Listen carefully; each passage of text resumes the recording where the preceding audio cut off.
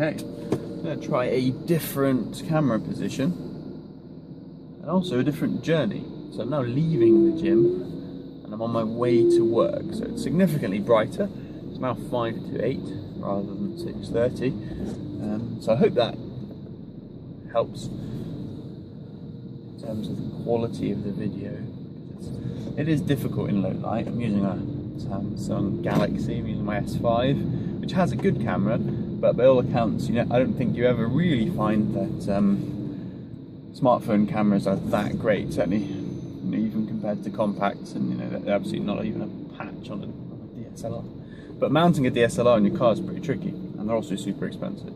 So, yeah, I'm not gonna do that for now. So I'm not really sure I'm even going to use this video, because I'd kind of said from the outset that the intent of the videos and what they were going to be was filming me driving to the gym. So I'm kind of day one already very much breaking that mold. So I'm not convinced that's necessarily a smart thing to do, but I want to try out a new angle and just kind of also familiarize myself with being on camera and get used to that. I think that takes a lot of time. If you look at a lot of the very successful vloggers that are on YouTube, those guys are super comfortable in front of the camera, and they, maybe they've been doing it for 3 or 4 years, filming their lives every single day, and that makes an enormous difference. And you can tell that by the standard of their output is so high, the quality of the films, the editing's really well done, generally speaking. Certainly in the channels that have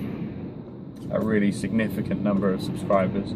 So yeah, that's pretty impressive, and I'm not trying to do that really. I'm not trying to compete. I'm just trying to just create a snapshot really of what my life looks like, and working out whether I can summarize that in 6 minutes worth of driving every morning. I'm not sure that I can.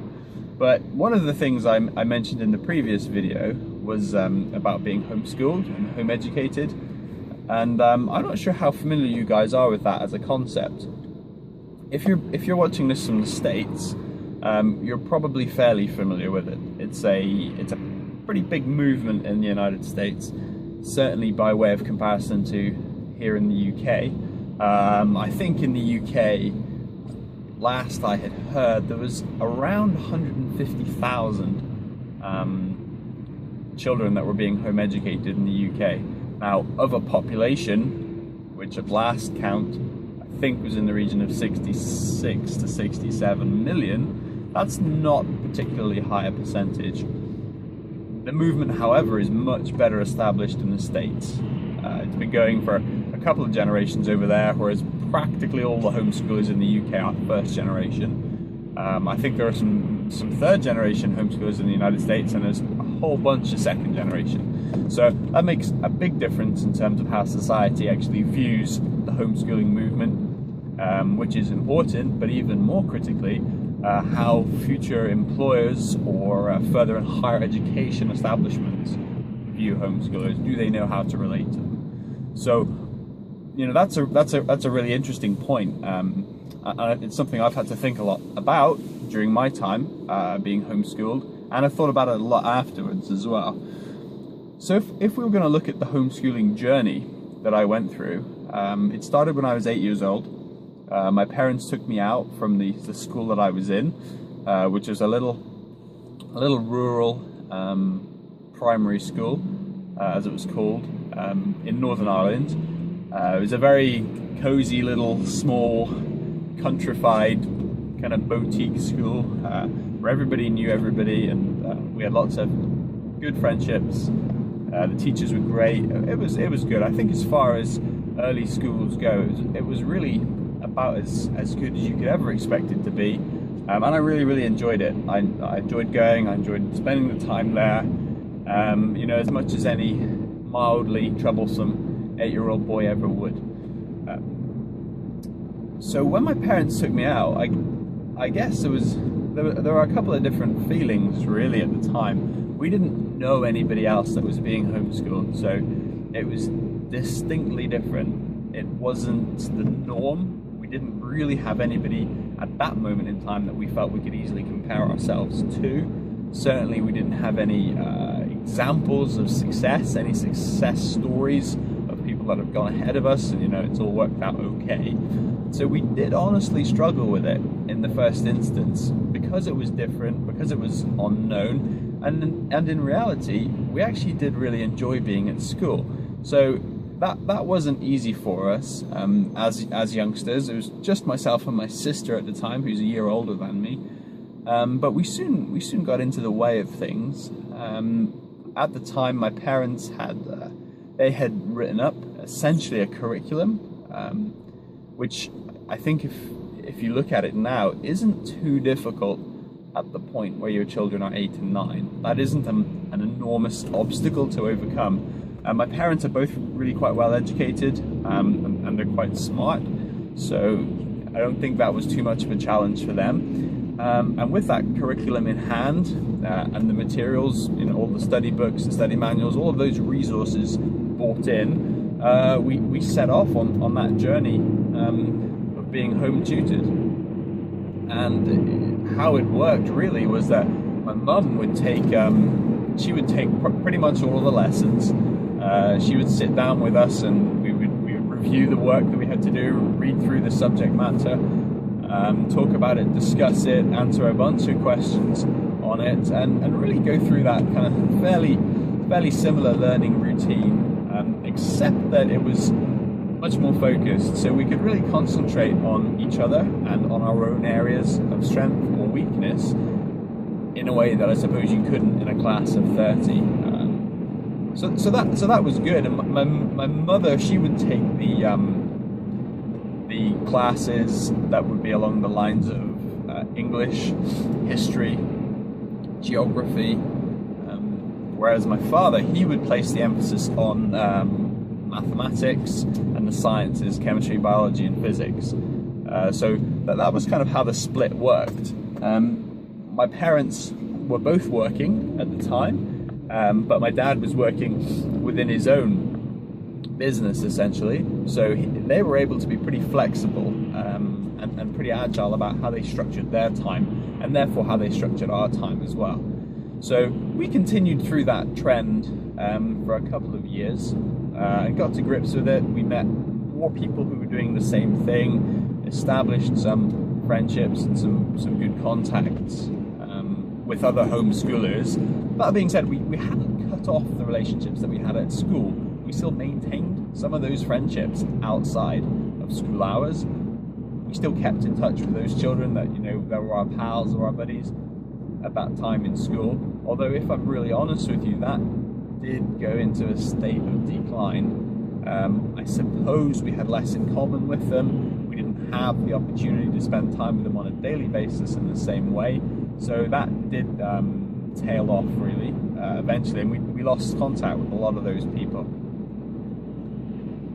I suppose the next decisive point really in that process was when we took the 11+ exam. So if you're in the UK, you'll be familiar with that exam. What it does is it decides for children of aged around 11 whether they go to a grammar school or whether they go to a conventional state school, an academy perhaps, or a comprehensive.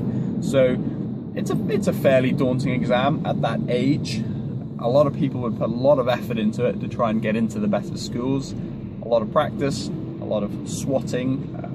So we went through that process of studying for those exams, familiarizing ourselves with the test format.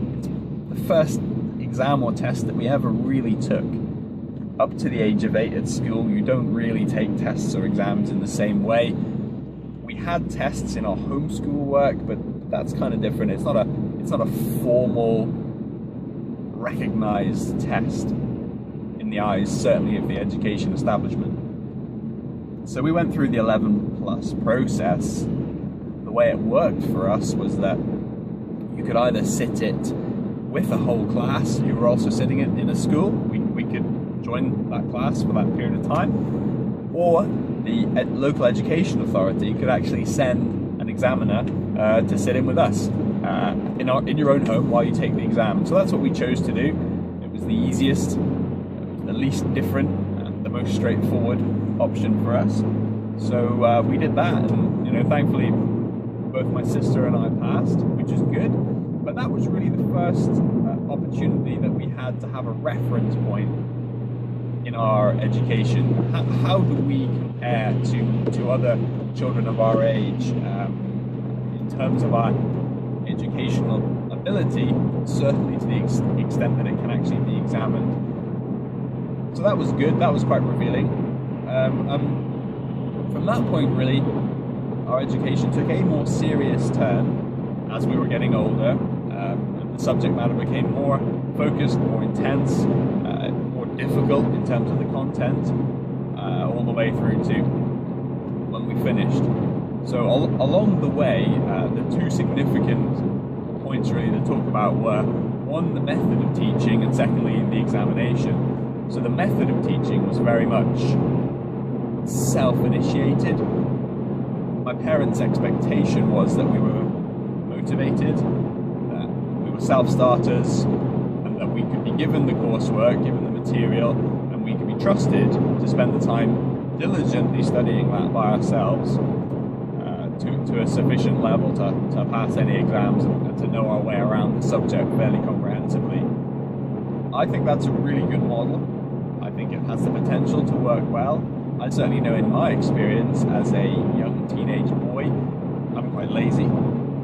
So I would be quite keen to toss around, read a book, play on a mobile phone, and generally spend my time doing absolutely anything other than what I shouldn't be.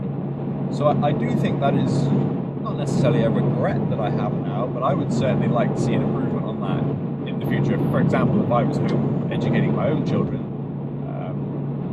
when I have any, that's I think what I would do. I would have a slightly tighter control in the early days as to how that time is managed. And ultimately the reason for that is making sure that you make the best use of the time you have available to you, and therefore maximizing your potential, your learning potential and your intellectual development at that point in your life.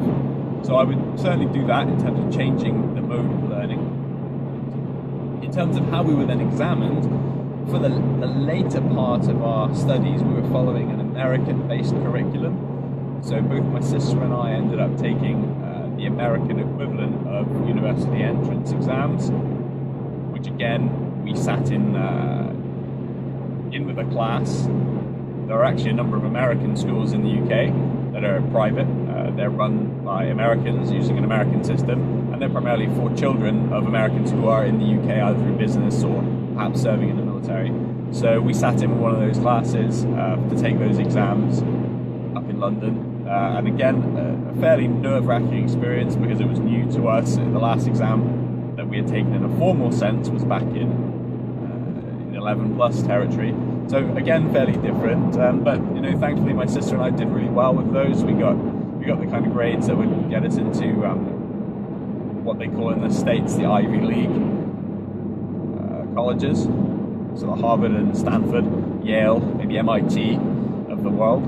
So that was really good for us, and again a slight boost and a slight encouragement. The challenge that presented was then the translation from those grades to anywhere in the UK.